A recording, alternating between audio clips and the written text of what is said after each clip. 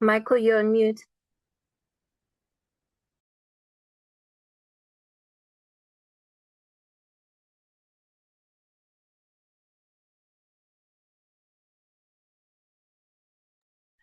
Hello, everyone. Good evening, good afternoon, depending on the time zone that you are. And if you're watching this recorded, my name is Michael Timona from the African Youth Philanthropy Network. And yes, this is another episode of the Roundtable series that we are having here at the African Youth Philanthropy Network. And we are having a very insightful conversation, a very provocative conversation, looking at the discussion itself, whose decision matters, whose opinion counts. This sounds very controversial, but without further ado, I would like to have this opportunity to just reflect on the few sessions that we've had. We are building a momentum of youth philanthropy here in Africa, and we'd like to hear your feedback and your opinions on what really matters. So, as much as we have the discussants for this platform, we have discussants for this conversation.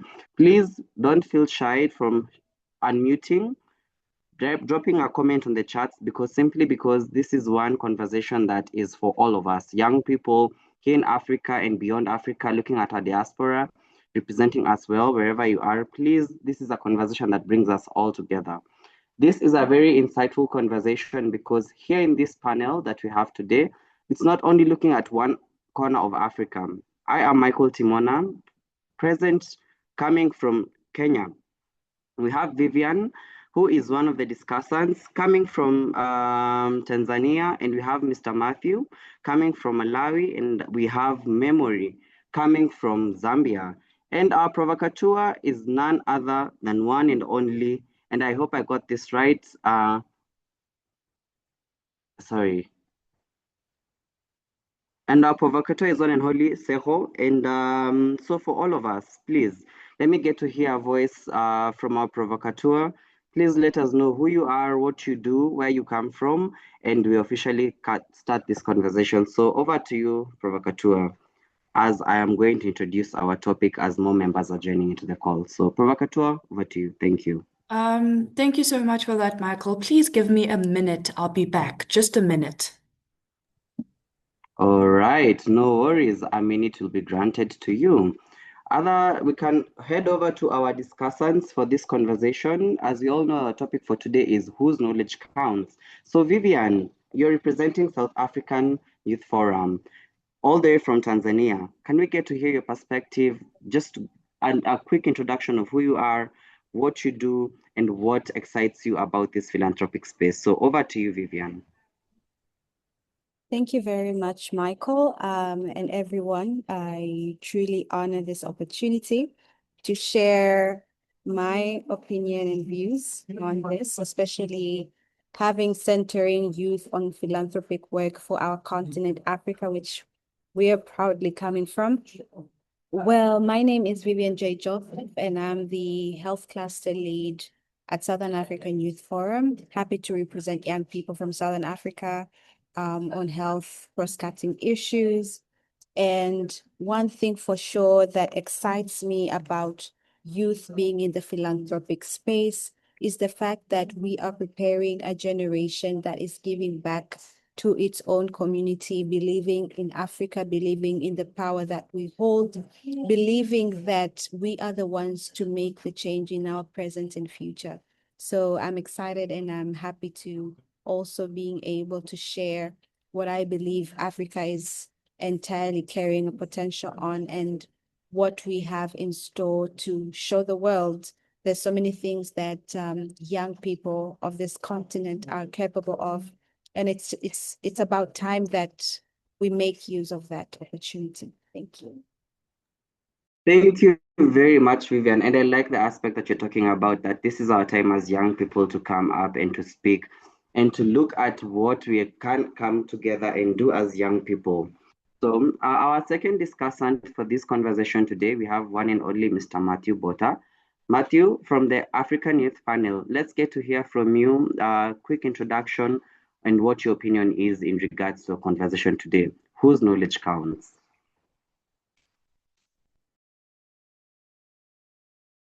All right. Thank you so much, Michael. I'm very excited joining from Malawi.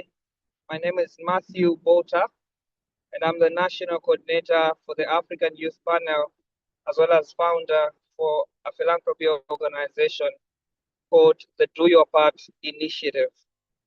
And like I said, it's a very exciting engagement for me, as well as representing the young people of Malawi, because we are the ones that are creatively co-creating solutions in our community through local giving.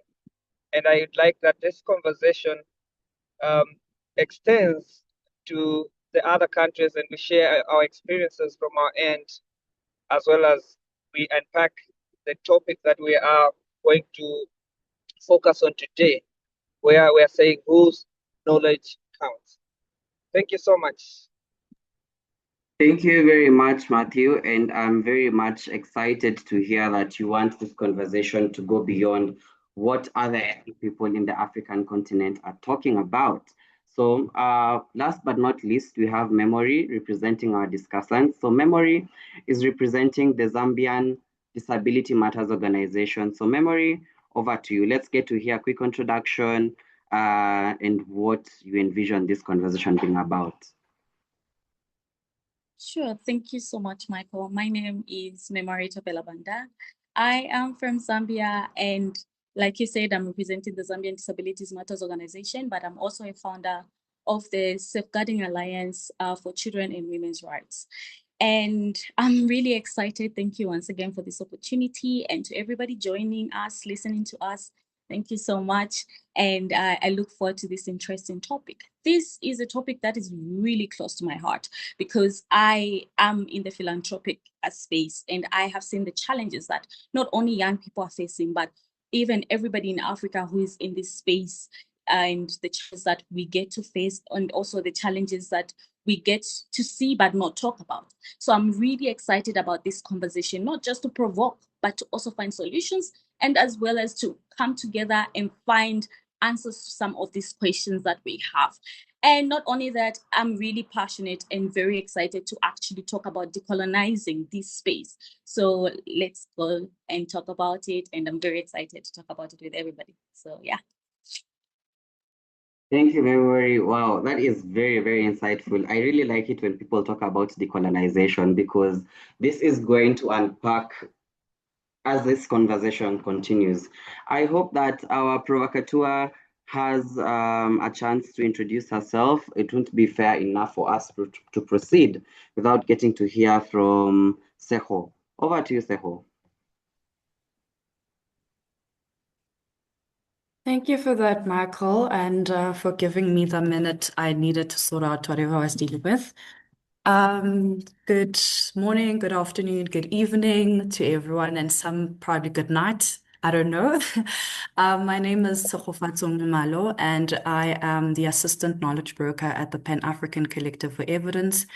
And I'll be just engaging in this conversation from the perspective of PACE, but also as someone who's really passionate about philanthropy, especially within the African context. I'll be defining evidence and also who validates this evidence and who ultimately benefits from it from an African youth philanthropy standpoint. So thank you so much for the opportunity, and I'm really, really excited to engage with everyone. Thank you. Thank you very much, Seho. And I'd like to start off by our thoughts. For many decades, African communities have had to distort their realities to fit into the rigid, Western-designed Excel sheets, log frames, just to prove that they are mark quarters. You know, today we are asking this question: whose knowledge counts? When you first saw this, topic, what came to your mind? Did you think about the community itself? Did you think about we as Africans, irrespective community workers, we as Africans? Did you think about what the donor landscape is looking about, from the donors to the intermediary to the implementers? By me dropping that bombshell, this is an open question, but I really like it to focus to Matthew because you come from the youth panel, and Vivian because you represent the Southern African Youth Forum. Please, can we get to hear these specific aspects and how best we can be able to actualize it.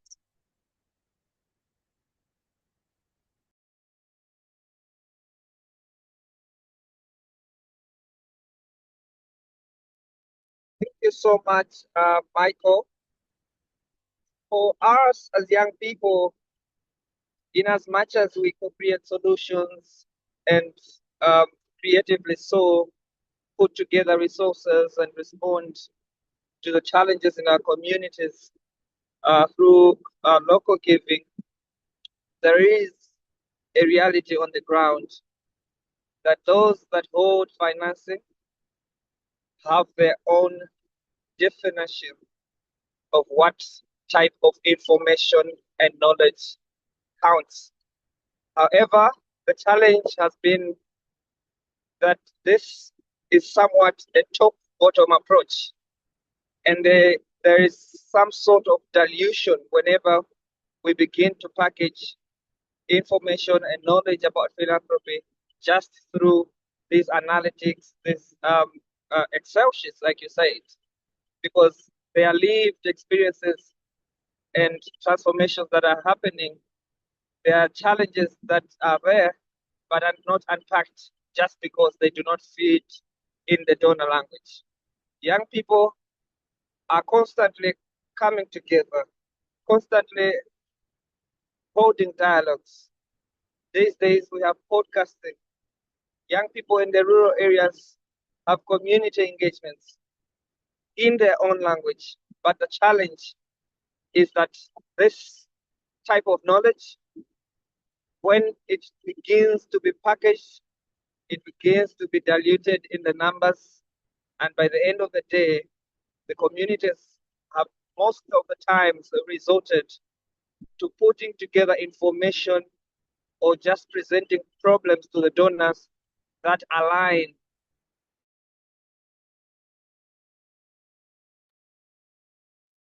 Thank you very much, Matthew, for that. And I really like how you're talking about local knowledge and contextualizing it to modern day times. Now, And the knowledge that the donors have brought forward. Our communities do not get packaged as supposed to. Thank you. yeah, thank you very much, Matthew. Sorry, I think that there was a network glitch either on my end. Yes, I really like how you're tying the aspect of local knowledge to modern day times and how the Western culture has made us adopt their new knowledge. Now, I hope that this specific question and how you've given this response is going to make us and have one aspect of perspective that we as Africans are coming together as young people. We have a provocateur. The role of a provocateur is to make this conversation very juicy, very enticing. Provocateur, let me take it back to you simply because you're the one who knows best how you're going to be able to panel and to hit this discussion as it should be. So Tseho, please give us some spice and give us the pace that you'd like this conversation to go to. Tseho, over to you. As for something juicy, hey, I was actually reading up on what a provocateur is supposed to do, and they said it's someone who stirs trouble and also is a change maker. So I had to make a stark choice between whether or not I'm a change maker or I stir trouble. However, obviously from the African context, right, we need to highlight what philanthropy means to us, considering that we are a continent that's coming from systems of colonization, right, that have put us in positions where even today we're still struggling to develop systems that function. We need to highlight in the form of philanthropy whose philanthropic systems are we following? Is it the same people that colonized us and also put us in these positions, and they're also giving us the blueprint of how we can operate giving and operate Ubuntu. So I wanted to unpack those conversations of, as Africans, where are we coming from? How can we practice the system of giving, and should we define it for ourselves and ensure that we don't allow the global north to make those final decisions for us? So maybe we can start from there.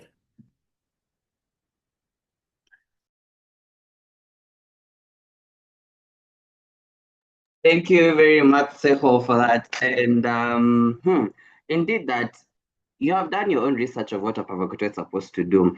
And I like how you're tying it back to colonization and looking at this modern day reality that we're facing in. Now, I would like to pose a question to one and only Vivian. Dominant evaluation frameworks often prioritize Western academic metrics over oral, communal, or lived experiences, right? That's one thing that we all know. We always prioritize the Western day. In your original work with youth, the healthcare, and generally what you do, whose knowledge is actually being left out? You know, these are the hard questions that we don't ask ourselves. We think about the Western knowledge, we think about the spreadsheets, we think about everything else. But in real sense, whose knowledge is being left out? I'd like to get your perspective, Vivian, from the Southern African side, because here in the East, we might see differently. And please, over to you. Well, just point of clarification, I come from both Eastern and Southern Africa because I'm from Tanzania and we cover both and Southern Africa. But to answer to your question, I think one of the biggest issues that we should declare that many philanthropic systems still decide on the credibility based on your proximity to the Western ways of producing evidence. If we are to decide what program is to be designed to answer and respond to our problems in the community, we often refer to data that the WHO has given.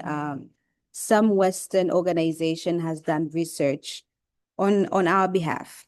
And I think communities may know exactly what is harming them. They may have entirely as proper solution to suggest, but they have no knowledge that is translated to a donor language, or rather have indicators or frameworks or the technical jargons that we use, and it is often considered not legitimate enough to fund. And working in public health and youth work across Southern Africa, we're seeing these situations happening so often. You know, we have young people, grassroots women, community leaders that have depth of understanding of what issues they have that are happening in the community. You know, the mental health issues, the SRHR stigma, tobacco exposure, child protection, and they can give evidence orally or relationally or through community-based, but rather institutionalized. But oftentimes this particular evidence is undervalued because you're not putting it in paper, you're not beautifying it in a proper proposal. And so I come to realize that truth be told, there's a colonial pattern that has been reproduced when philanthropy is treated as external validation, as rather more trustworthy than the lived experience. That when the Westerns say that this is what is happening, whatever it is that we are enduring as a community is no longer valued, rather what the Western has brought us to work on. Or say now we have a global agenda that the world is focusing on climate change. It's because the donors have shifted to fund climate change, but there's so many other issues that as a continent we're facing, but everyone else will run to write climate change related proposal because that's where the donors want us to go. So how do we then change this? I believe shifting requires philanthropy that is defined through the counts of evidence. We shouldn't abandon the data. We shouldn't abandon the evidence that the community carries, knowing that they fully have the lived experience. They're living in their realities through storytelling, the indigenous knowledge, and having community-led interpretation to solve our own problems. Thank you. Thank you very much, Vivian. And you have a wealth of knowledge in such a short time. in such a really short time. And I really like how you're talking about oral evidence, community-based approach, and how everything is becoming institutionalized. But this colonial pattern that you're talking about, I would like our Provocateur to dig deep into it. Tseho, what really are we looking at when it comes to data collection, data analysis, reporting frameworks? Please, from a youth point, from that specific energetic point that we young people have, we've grown up watching TV, we've grown up with social media, we are not the generation that was there before. So these things are slightly different to us, but they have so much impact with how day-to-day things are going. So, Tseho, I would like you to just try to unpack this to a more let's say not layman, but to a way that our community members would actually interpret it and translate it to a youth-related conversation, because some of it might sound really, really heavy, and I would really like our audience that is here online to really get from a youth perspective how it is being. Thank you for that, Michael. Obviously, when we talk about storytelling, which is something Vivian highlighted, right? Digital media and, creative expression as legitimate evidence from youth perspective. Usually donors are people that are not youth-centered. They're more profit-based.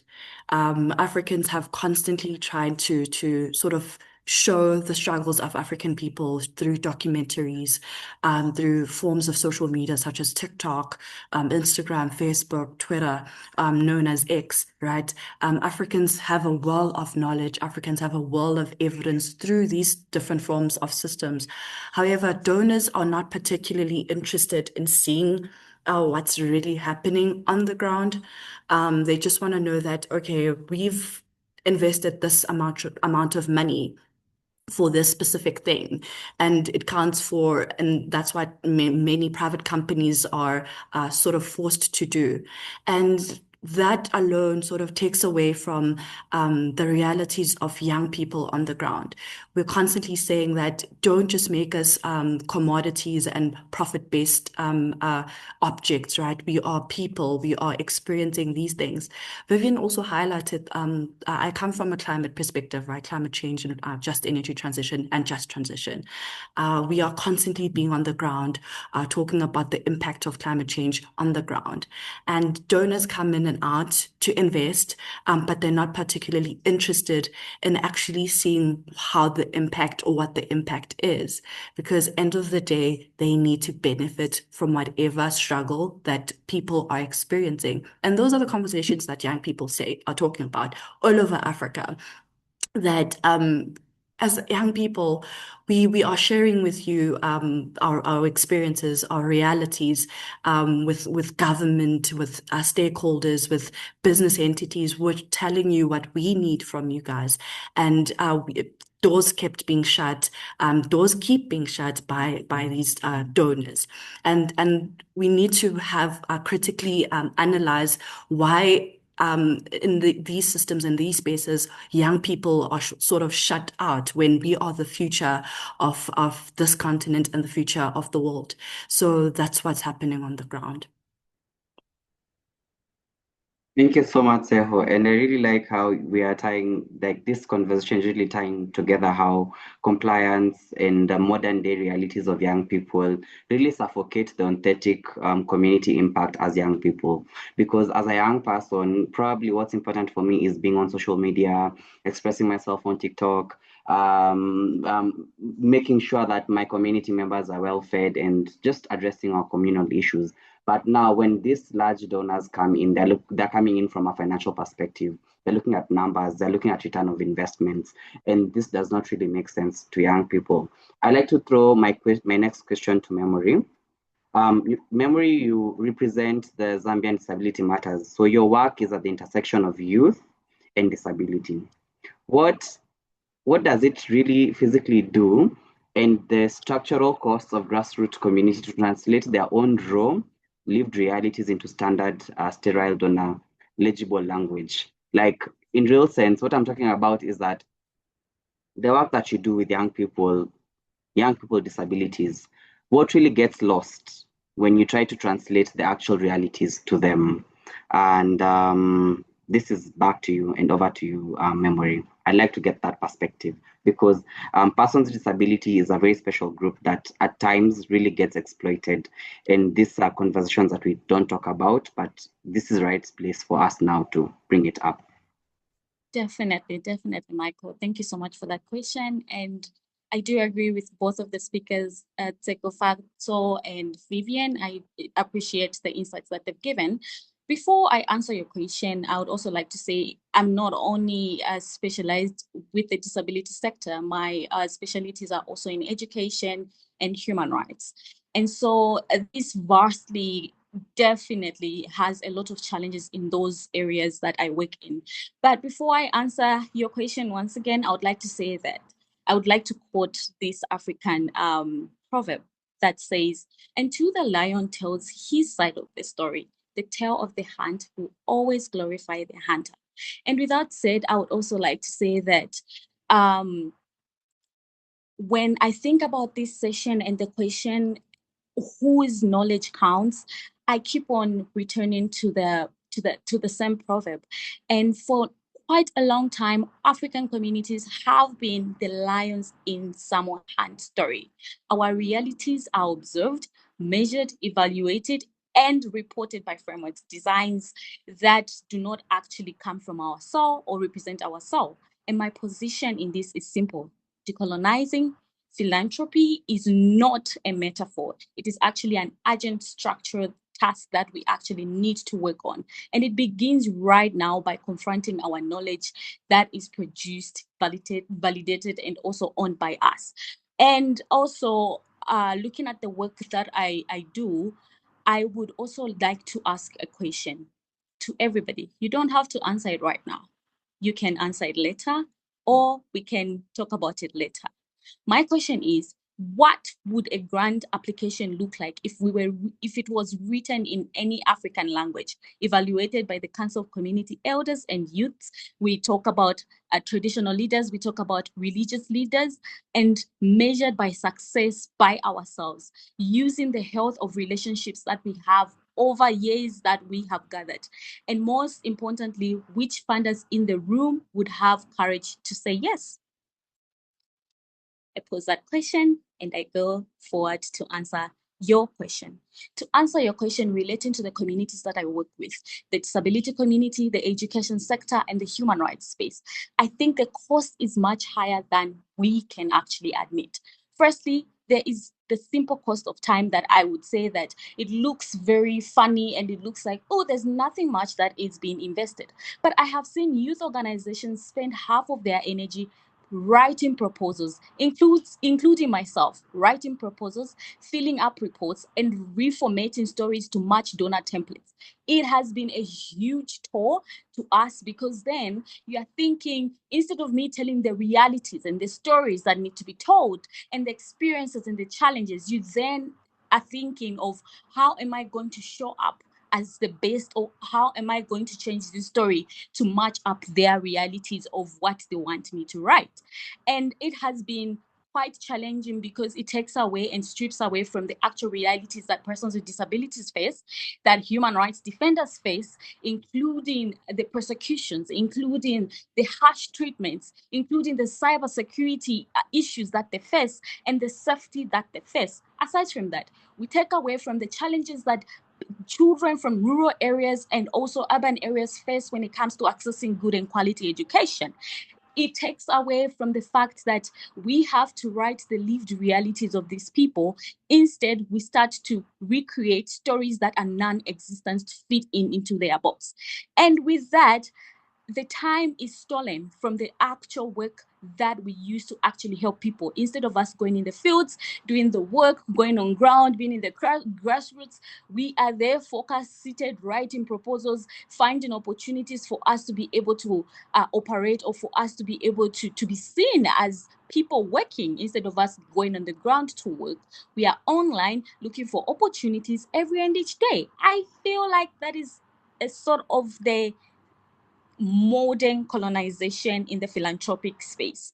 And then there is a deeper cost of losing yourself in translation. When I describe my community's value using words like stakeholders, engagement, or social capital, I am speaking someone else's language. Concepts like Ubuntu, where are they? We carry the entire world's meaning about dignity, interconnection, and mutual care. When I flatten those into donor spreadsheets and something precious, it just literally gets lost.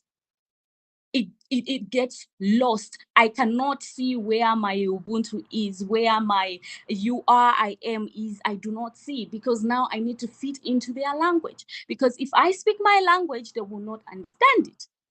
It's too African to be understood or grasped, and something precious in that literally gets lost, which is our own culture and our own lived experiences. Sometimes I think we're training a whole generation to be brilliant translators into, or confident owners of their own wisdom. And also there is so much money leaving our communities at the same time. In as much as we look like we're receiving funds, there's so much money leaving our communities. I'll give you an example. International organizations have come through on board to say, can we do a story? Can we cover your organization? Can we talk about what you do?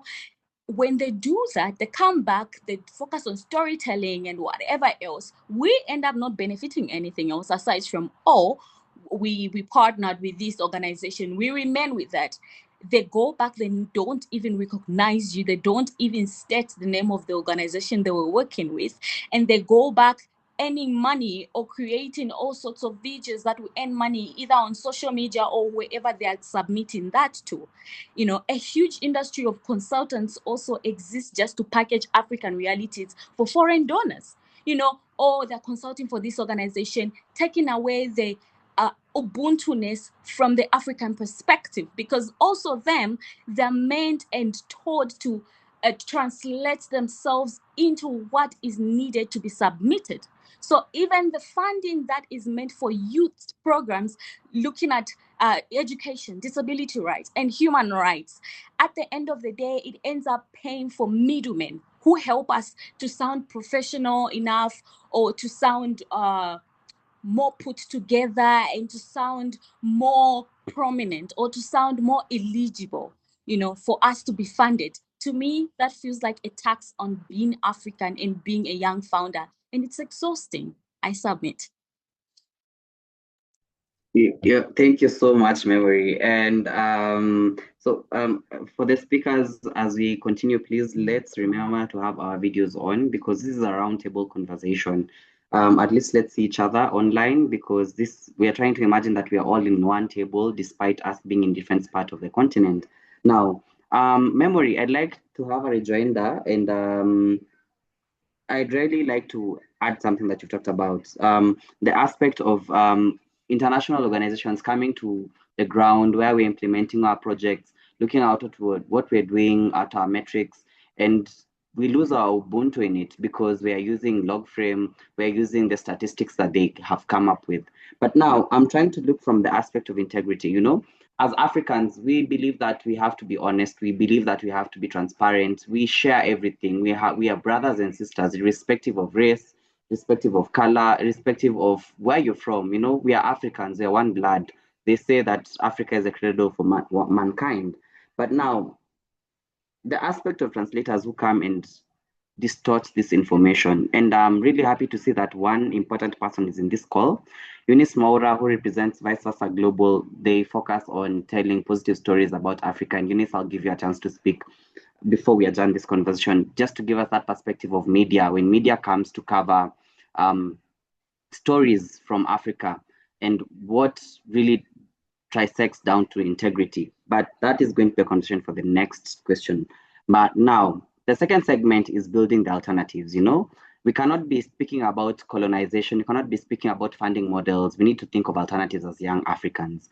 And now this ties back to the question of whose knowledge matters, We're the Africans are the ones who are getting exploited. We're the ones getting benefits at the same time. The question is to all speakers, and I want us to move from critic to practice. We've been very critical on our first section. Now, starting with memory. We all know the system is broken, right? But who is actively fixing it? Tell us about the alternative knowledge systems, at least indigenous metrics that you've worked on, or community-led tracking that you're building or witnessing. What does decolonization look like in practice? Because you've brought it up, and I'm now looking at that aspect. From critic to practice, as young Africans, if we were to develop a research, what will it look like? Let's start with your memory. Then Vivian, then Matthew. Same question to all. Sure. Sorry, Michael. If I turn on my video, my network would be quite bad. So I don't know. Can I still maintain my audio? Is it okay? Please do. Okay, sure. If I understand your question, are you talking about the alternatives or rather solutions? We're now talking about solutions, right? Exactly. We're talking about solutions, but now from an African perspective. We're looking at our own indigenous knowledge, but now using it as metrics for measurement and scale. Awesome. I find hope here. I think in as much as we've spoken about the downsides of everything, there's also the positive sides, the side of everything, because people are already building and they're not waiting for permission. Young people in Africa are already starting up a lot of brilliant ideas, startups, organizations, companies that are actually working and proving to be right and proving that we do not actually need donors for us to operate or for us to function. I look at organizations like Codesera, Codesria, Codesera. Codesera launched their program, should be 2014 or 2013, called AFRIAC. So this project, or rather this program, is to support research rooted in Africa indigenous knowledge, right? Already that shows us some positive aspect to what is being done on ground and some of these organizations that are being formulated by our people and for our people. And this is not small at all. It is actually a very serious institution and big institution. You can go ahead and search them up. And it says that African ways of knowing deserve the same respect that the Western academic methods get the respect and recognition that they have. I also see young people creating their own giving circles and communities. We see young people creating podcasts nowadays, looking at the advancement of technology. We see young people using social media to actually reach out to other young people. We see young people starting up more organizations in the grassroots, in their communities, and they are deciding what success looks like in their own neighborhoods as well as just their own townships. And I'm proud to say that I see young people now being even more proud of where they're coming from. You'd see a young person from South Africa saying, I'm proudly born in South Africa, Soweto. I come from this place. We see all that, and that is what we need to tell our stories. And on that note, there's great measurement and great success measurement by whether elders and youth are speaking to each other again, or whether a local forest is recovering, or whether young women feel safe walking at night, or whether we need to protest for fuel prices to go down, or whether we need to make sure that education is accessible to everybody, or whether is everybody in the room, is it inclusive enough, is there inclusion here? So these are actually deep outcomes, even though they do not actually fit neatly into the quarterly, or let's say the monthly reports that are needed, but we see this great change. And I see experiments that are really trust-based funds. And I've seen a few organizations now, that donors giving money with few strings attached, accepting oral proposals, as well as instead of you maybe submitting 80 pages, 20 pages of a proposal, I am seeing that donors are now asking communities to define their own goals. And also, they're not really putting a lot of expectations to organizations saying, we need this, you must do this, you need to actually make sure that this date everything is done. I'm seeing flexibility. And also, the communities look like they're being trusted to know their own lived experiences by funders and having their own humility to learn rather than always being taught on what to do or how to use the money and all that. So I'm seeing a flexibility of donors saying, here is the money.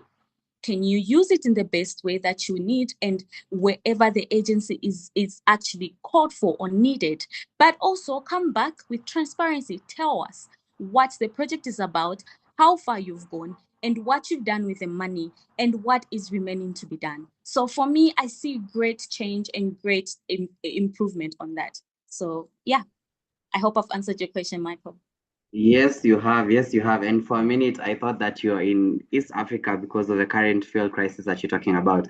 I just laughed out loud. If my neighbors could hear me, Deal.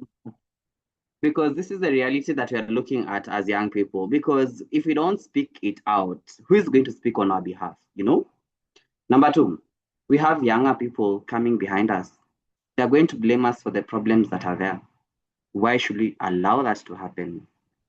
Vivian, you are at a very good intersection. Like, you are in East, you are in South, climate, health.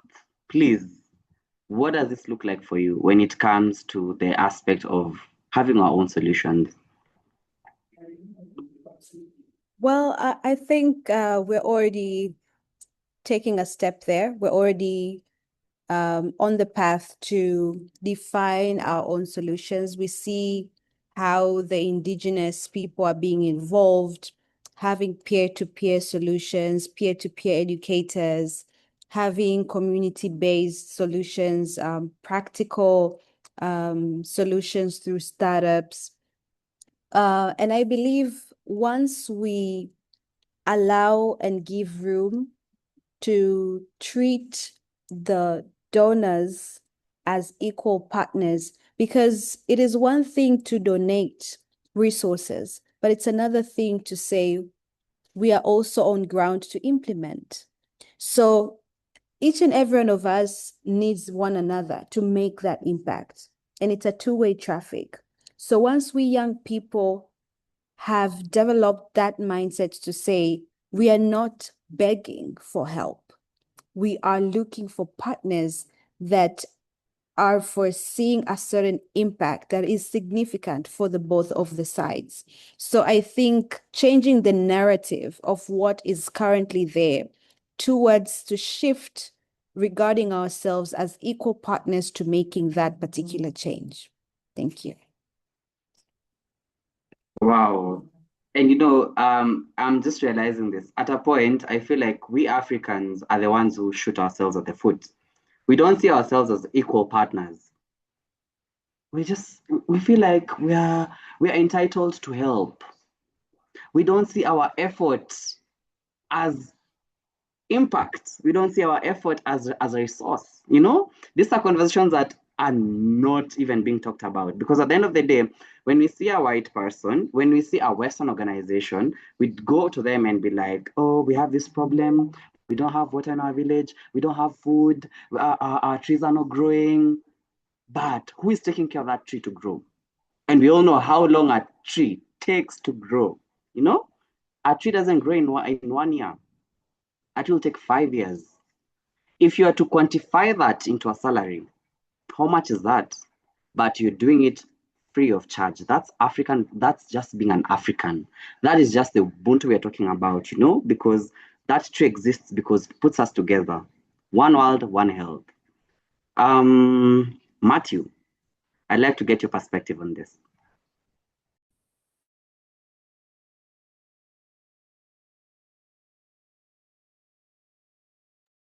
Thank you so much.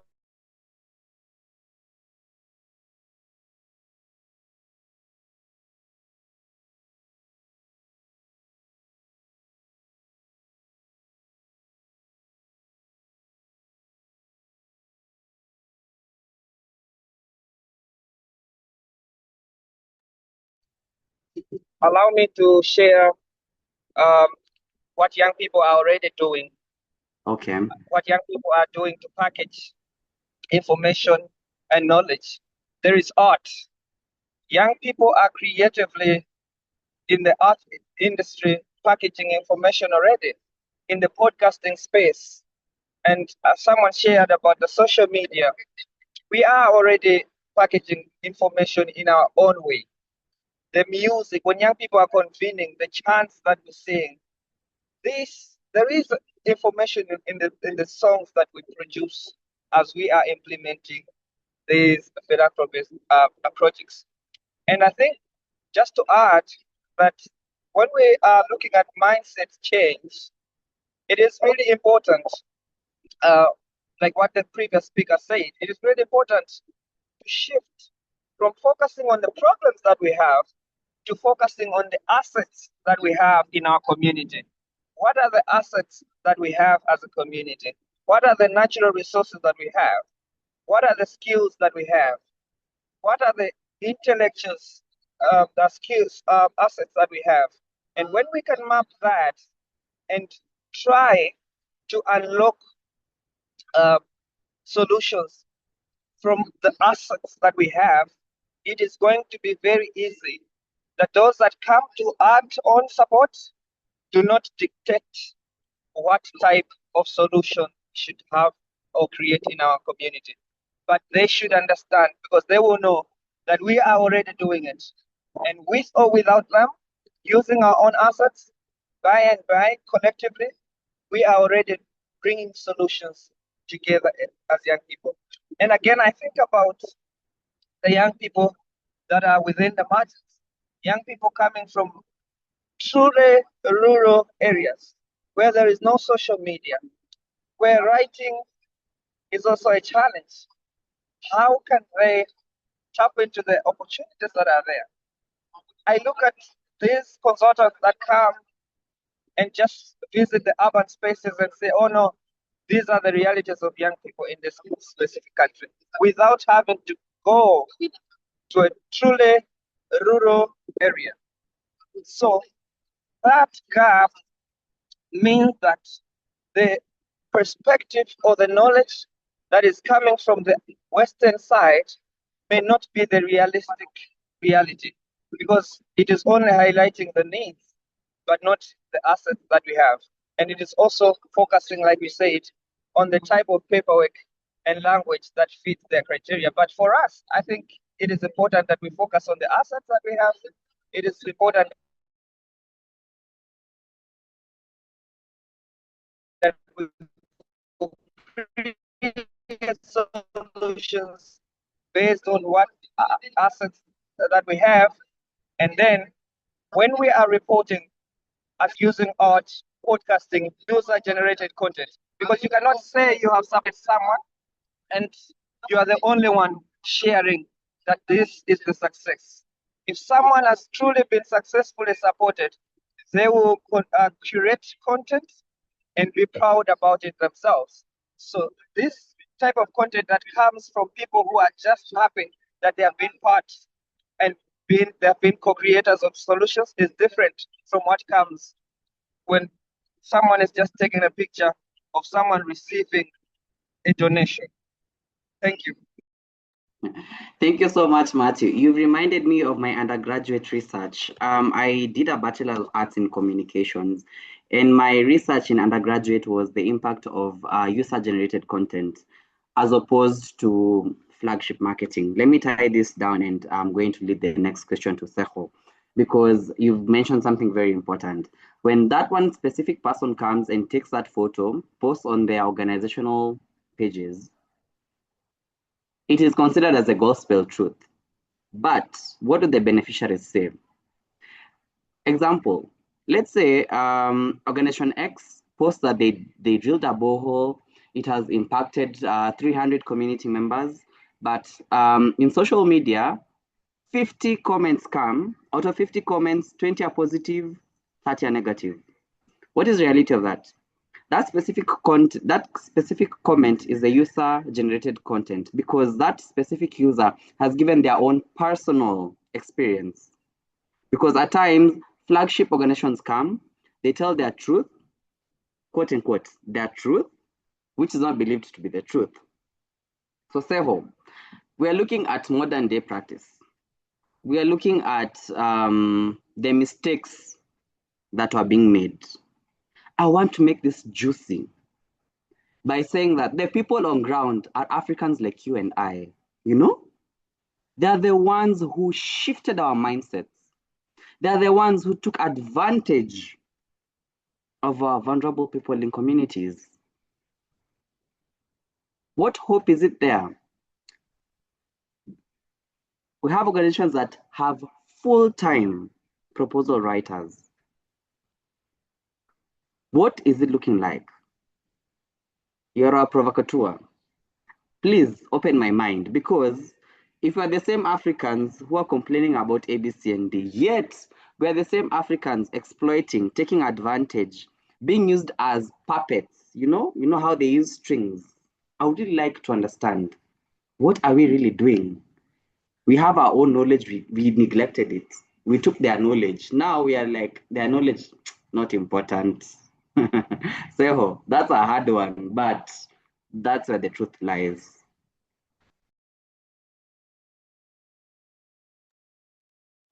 That's very, very, very interesting. You're gonna get me in trouble, hey?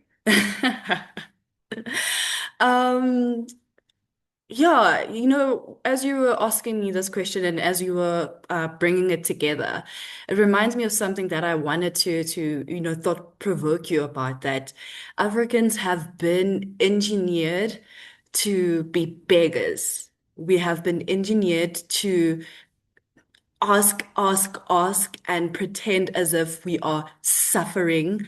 Not only that, Africans have also been engineered to exploit other Africans, right? And for example, our dysfunctional governments. In at least 98% of African governments, they are dysfunctional. There's high levels of corruption, high levels of exploitative systems, systems that are not African-centered, that are not Ubuntu-centered, but are centered in the same colonial aspect that Africans experienced. So this is a psychological impact, right? That we want to save ourselves, and yet we can't save ourselves without exploiting each other. And when we study, the history of Africa, of what Africans are, who Africans are, we were always community driven. We were always centered around ensuring that the next person, is fed, is sheltered, they have clothes, and we ensure that we are not, exploiting each other. Yes, there are other systems, other kingdoms that other people could say, no, they did exploit people. That's just the history of Africa, right? And then now we have these global north systems that come in and they exploit us, they plague us, they extract from us. And rather than us fixing those systems, Africans found ways to navigate those systems to continue the same perpetual state that colonial masters left behind. On the ground, yes, you'll find organizations that will come in and say, we're drilling this borehole, right? They collect the data and then they go to, for example, the United Nations and say, this is what we're doing. Can we please have funding? As you can see, we're doing the work on the ground and the money comes in, but the money never goes back to the people on the ground. Those are the first instances of, oh, we're now exploiting each other. There's so many organizations, so many companies that are Black owned, that should be high when it comes to philanthropy. We have African billionaires. As an African person having so much wealth, money, but there are other Africans that are suffering and struggling does not make any psychological sense to the system of Ubuntu.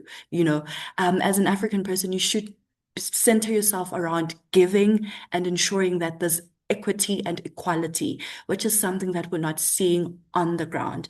For example, there's a place in South Africa called Sandton City, right? And Sandton City is opposite not a township, a town called Alexandra. So Alexandra is where you find poor majority Black South Africans, and then Sandton City is where you find majority well-off people, rich people, the minority considered white people most of the time. And the city and the town are parallel to each other. Like the rich person could literally see the poor person, and the poor person could see the rich person. And those systems altogether show that there's this dysfunctionality in our communities and in our systems, and that go against us as Africans, because in our heart of hearts, we believe in giving. You know, the idea of philanthropy is not a new term for us. It's not a new, we've always been that way, even after colonization, even after having been plagued and exploited, and even today we're still being exploited. But at heart, we're still a people that give. We're still a people that believe in community. We're still a people that we are a loving group of people. And now that we have the ones that have adopted Western systems of exploitation, and that's what's happening on the ground. Those are the things we're identifying on the ground. Wow. Wow. Wow. If this was a one-on-one conversation,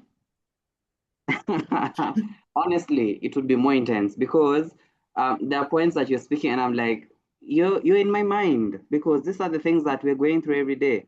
And we don't have an opportunity to talk about them. And if we talk about them in the spaces that our donors are, we are going to be blacklisted. True or false? At this point, I'm allowing every person in this call. I really like to see when people just react. Just a reaction. I see we have Tembi has raised her hand up. If we talk about these things in places where these people are in, we're going to look like we don't know what you're talking about. Tembi, you've raised your hand, you've turned on your video. Looks like you have something to add, because this conversation is really diving deep. And before I give you the opportunity to speak, I'd like to read a comment from Nicola, because this is a section whereby we're going to have now an open conversation from everyone. We've had the perspective, we've had the problem, we've talked about the possible solutions that are there as young Africans. So Nicola says this: heard you all talk about foreign donors and how it's working, but there's another thing that's happening now with Africans, especially in the NGO sector. It's just same faces on so many different issues being addressed. Very true. WASH, that's water, health, sanitation, poverty, healthcare, all of them. Let me continue. So there's no room for others who are actually invested in the matters at hand to get actually to work, to actually do the work. There's a monopoly. We as Africans are building too. This small network is another thing that's stifling our growth or to change or the independence that we are trying to achieve from foreign aid. Gatekeeping, these are common terms. Working in silos, these are common terms. This is what Nicola is trying to tell us. Tembi, I just said, let me read that out, because I saw it and I was like, this is happening in everywhere I go, I'm just seeing it. And I really like your wealth and knowledge and experience to make us understand, what are we really in the right direction as young Africans?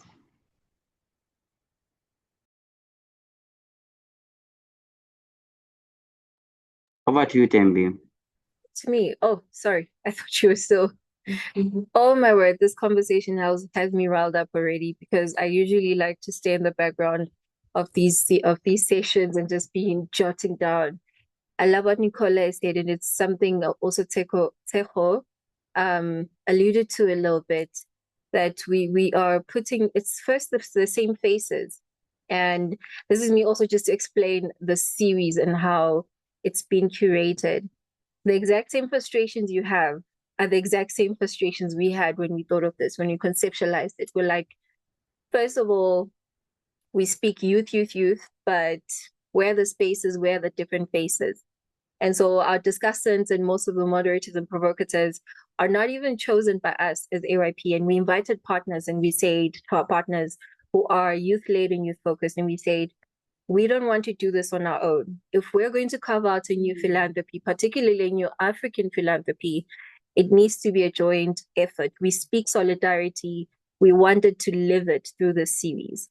And so we're having the different voices coming through, people that I haven't met before, and we're just bringing in and delivering a wealth of knowledge. And I think there's something Brian Kaporo always says about, because I think this conversation has been focusing more on the top-down version of philanthropy. You guys haven't tapped into the African element of philanthropy on whose knowledge counts. I need that from you. Because we're trying to create this. We want to understand, I think Tapela alluded to kind of indaba, like a community, a chieftaincy where they talk and they agree on grants. What do those knowledge systems look like? Or what should they look like? What should granting look from an African perspective look like? What should research, what should these frameworks that we're using look like from an African perspective? And so, in essence, I want us to stop slapping black faces on philanthropy and calling it African philanthropy. I want you guys to now start giving me practical knowledge on practical insights on, if we're going to carve out this next architecture of philanthropy, this is how we need to conduct our research. This is who needs to be consulted. This is how long these projects should take. This work leads and feeds into a policy brief. And what has happened now is it actually will turn into an advocacy project. So please give us all these insights. We want to dig through it. Thank you, Michael. I'll leave it back to you. Thank you so much, Thembi. Yeah, and Memory actually tried to mention it in a way when she was talking about how we as Africans, we do not have a common quote-unquote language when it comes to grant writing. We don't have a framework when it comes to evaluation. But Memory, since you were mentioned by Thembi, I'd like to give you a right to reply. Sure, I hope you still be able to hear me with my video on. I would firstly like to say that if we could take away the founder syndrome from the African philanthropic community, I think we can actually be able to move forward. I feel like the whole need of getting common faces or popular faces has affected our progress. So how about we get the actual people with so much experience to go down and get the research and be in the rooms? Not about popularity or numbers. You know, it's not about me having the highest numbers on TikTok or on Instagram, on X. How about we get the actual young people who are experienced and be able to do the evaluations? They've studied, they've actually gone to school for it, and they have experience on it. Not just getting somebody because they've worked or voluntarily volunteered with certain organizations. I think that has been the challenge, because in most times in this space, we tend to get people who have been in most attendance of conferences or meetings to be the ones to do the work, to do evaluation, to do research. Meanwhile, they do not have first-hand experience in whatever they're sent to do or they are assigned to do. So how about we get people who are actually experienced? Not only that, how about we get the actual beneficiaries to be at the forefront to give recommendations? And how about we actually involve other people that we do not see on a normal day in these spaces, like traditional leaders, like religious leaders? We don't get to see priests in these sectors. We don't get to see chieftains or chiefs in these spaces. How about we bring them on board and get to hear from them? Because it is through their knowledge and experience that we'll be able to get accurate information. And when we work with them, we'll be able to get the right statistics and data that we can give out there. But also I wanted to answer part of the question too.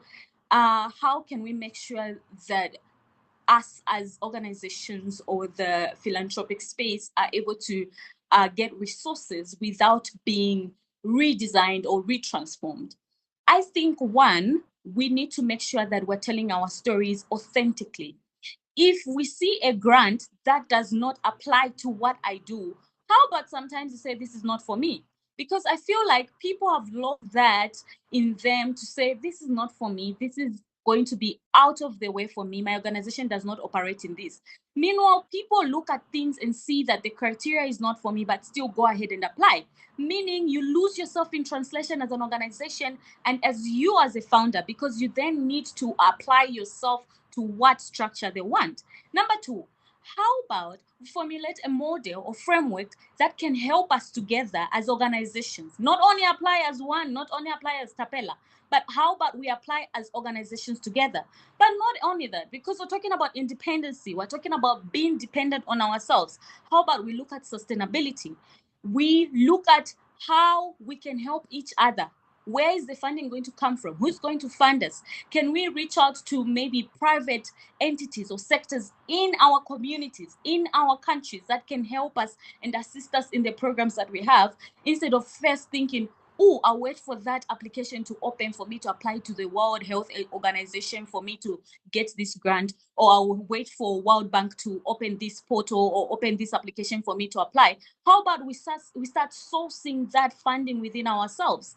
How we are going to do it, we need to find ways to be more sustainable as organizations and companies that are African-led. We need to make sure that we're looking at the CSR projects. Who is actually funding the youth organizations? Because most times they're actually segregated, because these organizations are just looking at companies or organizations that are well-to-do, not only grassroots organizations. So even within ourselves, our own organizations in our own countries segregate us. So how about we start making it more youth-centered and more African-centered? We give back to ourselves, even those who have never had a chance. Can we tone down the criteria? Because some of these organizations, I heard somebody mention that some of them don't even know how to write. Some of them can't even speak English. So how about we bring it down and localize it to make sure that it's accommodative to everybody? It's inclusive to every language and everyone can understand, for them to be able to access such opportunities. So yeah, that's just my perspective, and I submit. Thank you so much, Memory. And I think for our next series, after this one, we need to look at translation itself. What is the meaning of translation in your perspective? If I translate one word from English to Zulu, from English to Swahili, from English to Xhosa, what does that mean? What is the actual meaning of translation? Because I am from Kenya. I have just Googled as you're speaking, Memory. Maki, I've Googled right now.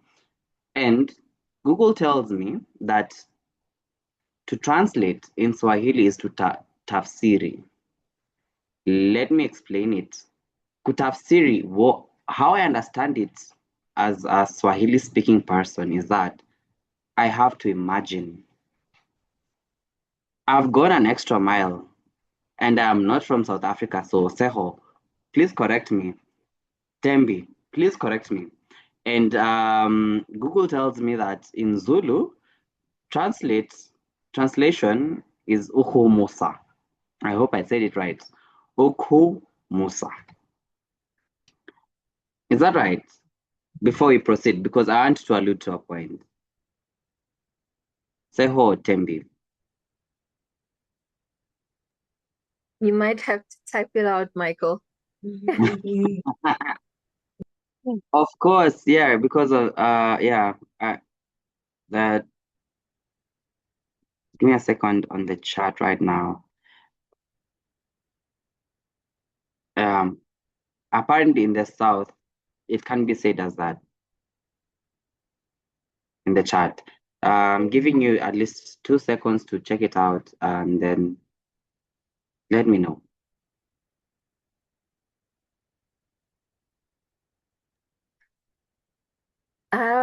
Definitely not my language, but what was the initial word for the translation? The actual word translation. Yeah, what's the word you were translating? Translate. You see, the word itself, translation is an English word. Yes, yes. Translation itself is an English word. So I wanted to understand. We're talking about translating Western ideologies to Africa, then the global North to global South.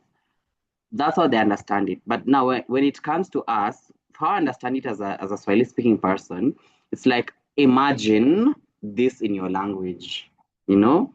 And in Swahili, it's a tafsiri. Like it's so direct. Like imagine it.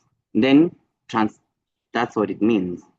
And one thing that they normally say about Africans, and this is why I love being an African, is that as an African, one or two words are very similar, whether you're in the north, south, east, west, wherever, they're very similar. Like Ubuntu, very common around all of us. And in Swahili, we have kukumbusha, to remember. And it's very similar to this word that I've typed in the chat box, because simply it shows that our languages are not far from each other. There's some sort of similarity to it. But when the West came, we got a completely different ideology of how we can even communicate against each other as Africans now. Tying that perspective down, and sometimes really need to look at what a word means in your language and what it means in the other part of the continent, because we're talking about African philanthropy as one people. I really like now to get the perspective of our audience that we have in the room. We don't have a lot of time. We have roughly 20 minutes so that we can wrap up. But I really like to hear what our participants who are not in the panel have to say, because we can't say that we're having a roundtable and it's only the panelists who are speaking. So Eunice, I know that you represent Vice Versa Global that tells positive stories about Africa to the world itself. But from this conversation, do you feel as a journalist that we're on the right track? Because you report on African affairs. Where are we heading to? Because the world is really shifting.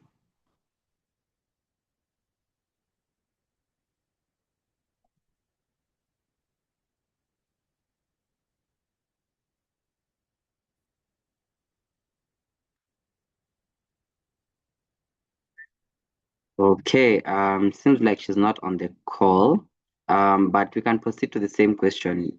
As we are, as young people in this specific aspect of philanthropy, looking at how everything correlates, do we think that we're in the right direction? What knowledge should we apply? Our indigenous knowledge, should we blend the knowledge from what they have to what we have? And how can we sojourn forward? And this is an open session, not only for the panelists, but also for the guests in our call. So, and also it's open also for the panelists. So Nicola, we'd like to hear your voice. Ruben, we'd like to hear your voice. Helena, we'd like to hear your voice as well. So please make us feel that we're in one table having one common conversation, because this is a round table on the next architecture of philanthropy.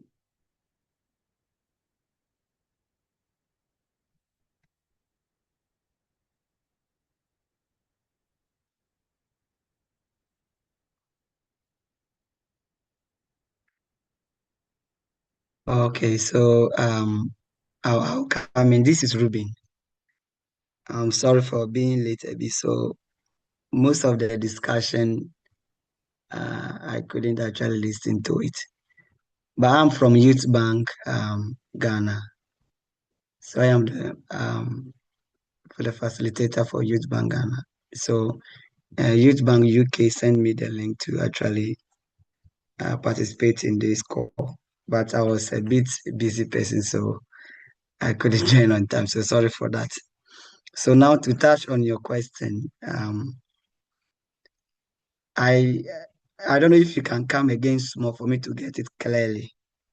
What the main question that we need to discuss now, if you can come again for me so I can get it clearly. Okay, yeah. So I started off by saying that most African languages, there's one or two words that resemble each other. If, in terms of even naming, you get like one name is in the south, that's in the east, or in the east, heading to the west or central. At least language shows that we are one. It starts with that. But then, looking at the conversation that we've had, looking at the negative side of knowledge imbalance that has been there, we're now trying to draw the perspective of us as Africans, we had our own indigenous knowledge. They say we got corrupt from the Western ideologies. But now, moving forward, we are opening our eyes from a research perspective. What are we doing wrong? You know, what are we doing wrong? Because we have knowledge, we have everything, we are banking on everything. What are we doing wrong? Because our languages even bring us together, despite them not being copy and paste, but there's some sort of resemblance. How you do your own research at the moment, copy and paste ChatGPT. Let me use that. And I love ChatGPT, and I'm not black shaming anyone who uses ChatGPT.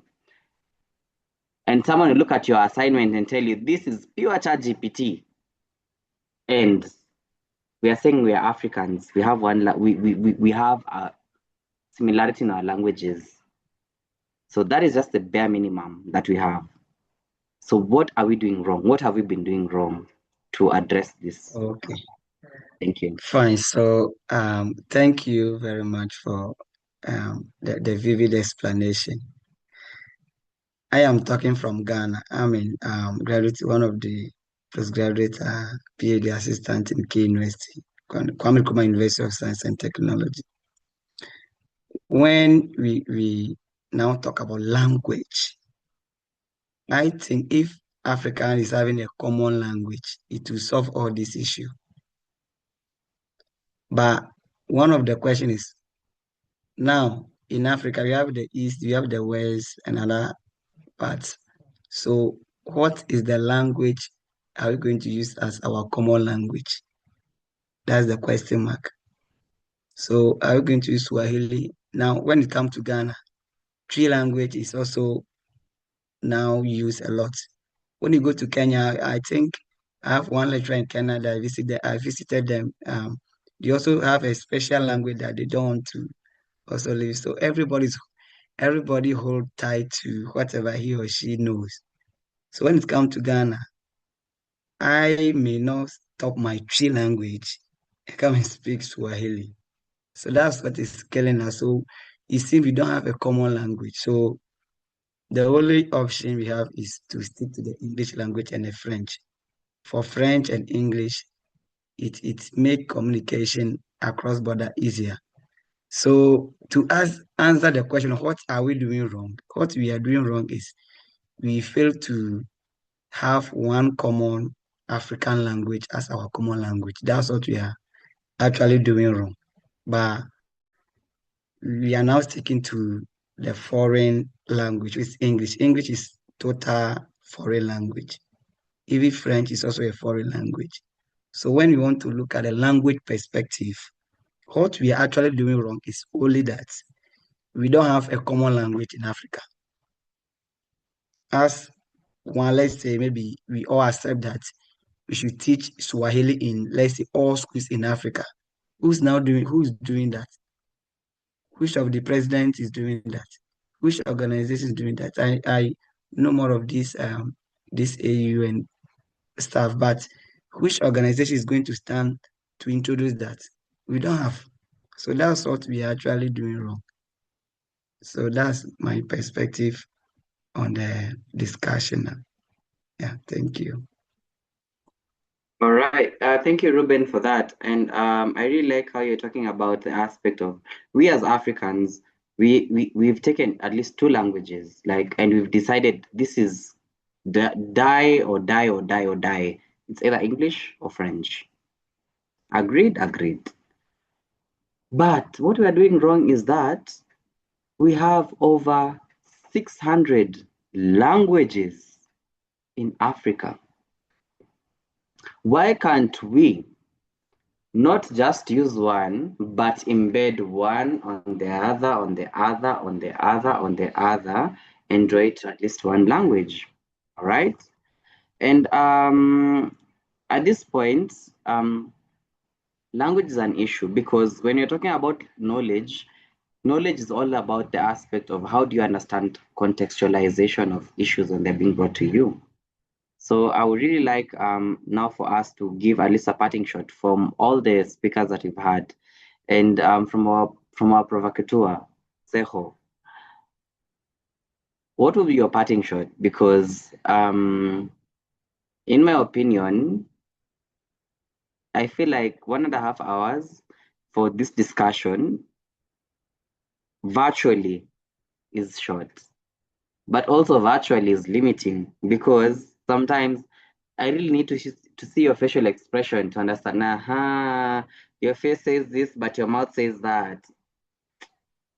To you, my sister.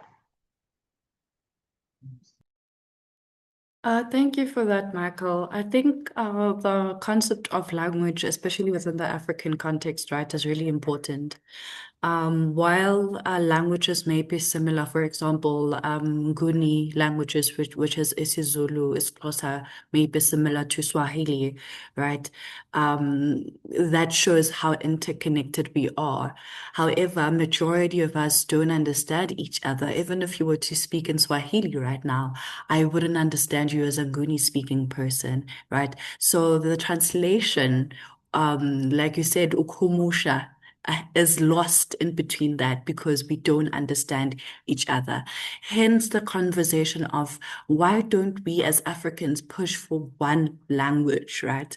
If majority of African countries speak Swahili, why don't we take into context that all Africans can adopt Swahili and start speaking Swahili in order for us to have one interconnected language? For example, in the EU or in North America, they have English, right? And English is a dominating language. When you go to Asia and China, they have Mandarin, and Mandarin there is a dominating language. So each of these people that are superpowers have their own language that gives them sort of power over other countries, more especially Africa. Africa, we have a plethora of colonial languages like Portuguese, French, English being also one of them. Why can't we adopt our language and speak one language? And which is it's a macro, right, a solution to the problem, but also it's a very, very important component of the conversation we're having at hand. And I don't know if we're having closing remarks, but I think it's closing remarks, right? The idea of, please give me a second, the question of whose knowledge counts is ultimately a question of justice, right? If African youth are to shape the continent's development trajectories meaningfully, then their knowledge rooted in lived experience, innovation, and resilience must not only be included, but centered, legitimized, and also resourced. And by resourced, I will always target African billionaires. African billionaires should be at the center of ensuring that philanthropy is widespread. We should not adopt Western systems of wealth. They don't make sense to African people, especially considering that we are the most poorest of the poorest on planet Earth. We have all of these mineral resources, cobalt, gold, diamonds, oil, and yet we are considered the poorest. Hence, we are constantly begging. How can we beg when we have these resources? It does not make any sense. And also the work that PACE does, which is the Pan-African Collective for Evidence, is that we are committed to working with different African partners across Africa, across the continent, to make sure that this vision becomes a reality. We're using evidence systems, data extraction systems, and we put them into one living evidence map. And we're working across the just transition. We're working across climate change, gender-based violence, and femicide, to bring evidence systems that are African, inclusive, and transformative. And our core component is to ensure that we eradicate poverty and inequality in Africa.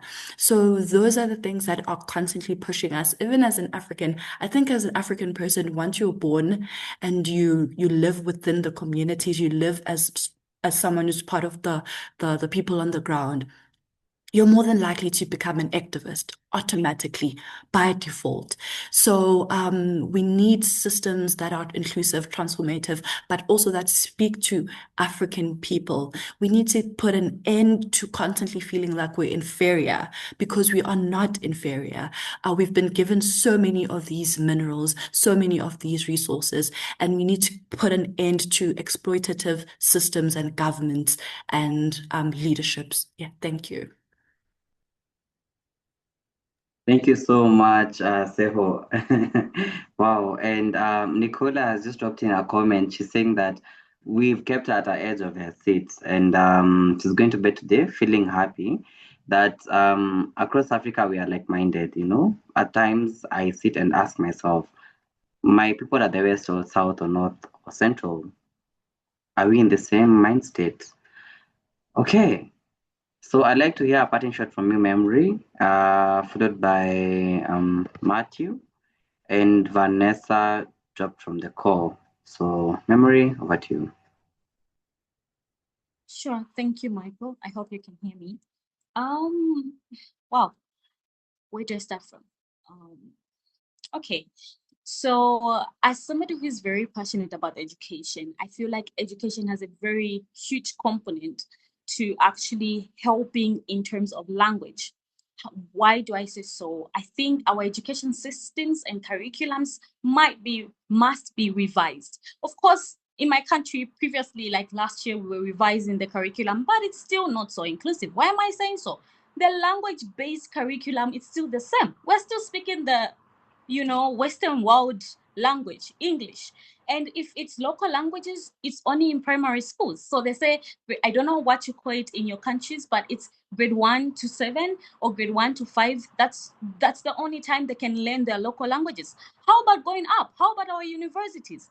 How about encouraging lecturers to use local languages, not throughout the session, but they could put in words here and there because it helps for people to be able to learn languages. Also, I would also suggest that in these conferences and workshops we attend, how about we have translations?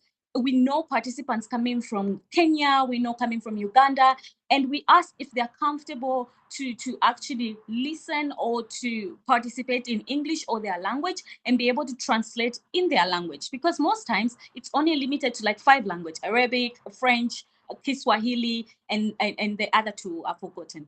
But it's quite limiting and not so inclusive when it comes to language. How about sign language? Don't forget it. When we're talking about languages, it should be added too. How about sign language? How are we making sure that we're also learning the basic sign language in schools? Most schools are talking about inclusiveness and talking about classrooms that are more inclusive, but most times they don't even teach basic sign language. We don't know how to actually communicate with the deaf community, which is part of the actual main language agenda we're talking about. The AU agenda of language has been in the system for the longest time, talking about Kiswahili.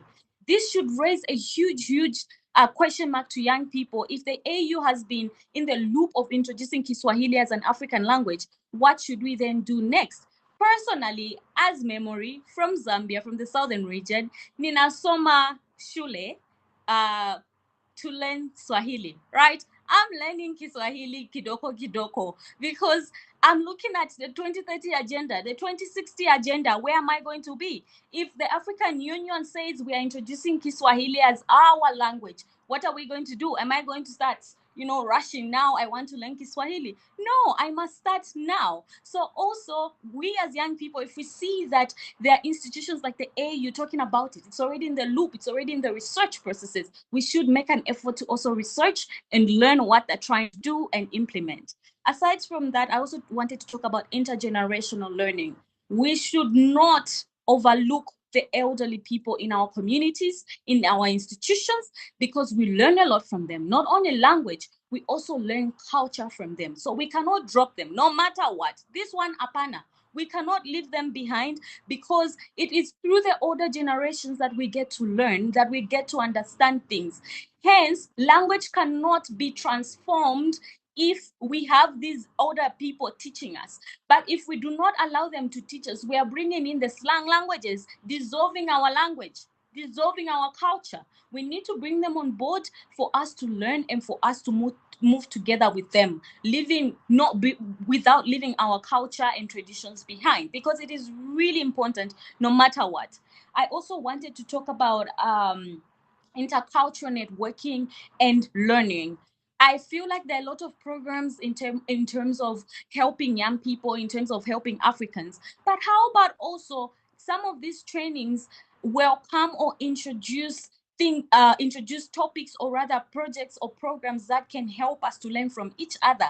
If you're from the southern, I'm from the west, I'm able to learn something from you. And this will also help us in learning different languages and cultures. And also, I feel like there should be freedom of people to be able to use their local languages in conferences, and not limiting translators to only French and English, from French to English or English to French. We should have somebody to translate from Kiswahili to English, somebody translate from Sizulu to English. Hence, it helps me to speak my own language. I can stand there and speak my own language without feeling like, oh, I'm being localized, or I'm being seen as you're from the rural areas. Did you go to school? But I'll be able to speak freely, knowing that this is a space that allows Africans to be Africans. I also wanted to say, my last final words is that we should stop making lived experience as a uniform for Africans. When we as organizations are applying for grants or applying for different things or telling our stories, can we tell lived experiences according to each person's experience, and not speaking for people? If they are there in the room and they can speak, can you give them the mic? Can you give them the platform? Nobody has no voice. I do not believe that I'm speaking on behalf. There's nothing like that. Even deaf people have a voice, they can sign. Let them be able to speak for themselves. How about we share our lived experiences in grant writing, in storytelling, with our own experiences, without dissolving them, without making them as a uniform, because risks are different, challenges are different, hence solutions must be different too. And to accommodate others, we must have different solutions for each. But if we unify them, we then lose the plot and only solve one problem, leaving out the others. So that's that. I submit. Thank you so much. Thank you so much, Memory. Wow. You hold so much knowledge that cannot be addressed in an online forum. This needs a whole festival, conference, summit. And at this point, allow me to introduce the Generation Give Festival. It's going to be hosted by the African Youth Philanthropy Network in Nairobi, hopefully in November, from the 11th to the 13th. And this should be one of the topic discussions that we have, Let's have it in person, because when it's in person, we're going to have it intentionally. So Matthew, you are our last panelist, last but not least. We'd like to get your perspective and also your parting shot before we adjourn this discussion. Over to you. Thank you so much. Thank you so much, Michael, for hosting us very well and moderating this. And allow me to also appreciate the African Youth Philanthropy Network for having us, and myself personally as a discussant. In closing, I wanted to say that there is a universal language that everybody connects. And as someone who is passionate about art, it is the music that we create across Africa that young people connect and understand that when this song comes out of South Africa, it is about joy. This is about freedom fighting. This is, a lot of music, a lot of chants that have come out without having to understand what they're saying, what they're communicating. So that art itself is a language that we can take advantage of. But then, as a parting shot, allow me to say that tomorrow belongs to those that prepare for it. And therefore, as young philanthropists, we need to develop institutions that will live for 100 years. And we can do that by investing in sustainable financing systems that allow us to be self-reliant and leave this donor dependency syndrome. And I also wanted to say that I'm looking forward to the festival conference that is going to happen soon. I hope to be there. Thank you so much. Thank you so much, Matthew, and thank you so much, everyone, for taking your time to be in this conversation. It's very important. We are the ones setting the conversation. And at this point, one thing that I have come to realize as a young person is that don't go to their table, make them come to your table. If they come to your table, they come to your terms. All right? So when you go to Rome, you do as the Romans do. When you come to Africa, you do as the Africans do. Let's have that as our slogan. Thank you so much. I love this conversation. And let's catch up in Nairobi in person, November 11th, for the Generation Give Festival hosted by the African Youth Philanthropy Network. Goodbye, everyone. Love you. And I can't wait to see you in person. Goodbye. Bye, Harry. Bye. Bye.